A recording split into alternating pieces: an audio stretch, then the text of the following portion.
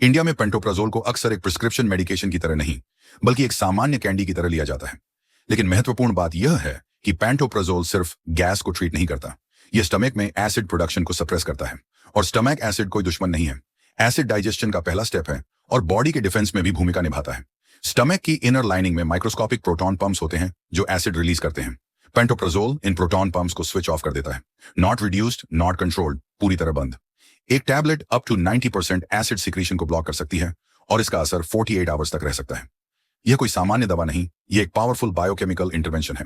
जब एसिड लंबे समय तक कम रहता है तो प्रोटीन डाइजेशन प्रभावित होता है, विटामिन B12 अब्सॉर्ब नहीं होता, कैल्शियम और मैग्नीशियम अब्सॉर्प्शन कम हो जाता है, बोन्स धीरे धीरे कमजोर होती हैं और गट माइक्रोबायोम में इम्बैलेंस आ जाता है। ये बदलाव साइलेंट, स्लो और क्लिनिकली सिग्निफिकेंट होते हैं जो ईयर्स बाद दिखाई देते हैं। पेंटोप्राजोल को अचानक बंद करने पर बॉडी रिबाउंड करती है, प्रोटॉन पंप्स हाइपर एक्टिव हो जाते हैं, एसिड स्पाइक ज्यादा होता है और पेशेंट फिर टैबलेट शुरू कर देता है। इसे रिबाउंड हाइपर एसिडिटी कहा जाता है और क्लिनिकल प्रैक्टिस में यह बहुत कॉमन है। लंबे समय तक सेल्फ मेडिकेशन हार्मलेस नहीं है। इससे fractures, chronic fatigue, infections, memory issues और B12 डिफिशियंसी जैसी समस्याएं देखी गई हैं। पेंटोप्राजोल अल्सर्स, गैस्ट्रिटिस और रिफ्लक्स डिजीज में बहुत प्रभावी है, लेकिन एवरीडे स्पाइसी फूड रिग्रेट के लिए यह ओवरयूज है। पावरफुल मेडिकेशंस को पावरफुल इंडिकेशंस की जरूरत होती है, आदत की नहीं। अगर आप इसे रोज ले रहे हैं तो समस्या स्टमक नहीं, इंफॉर्मेशन की है।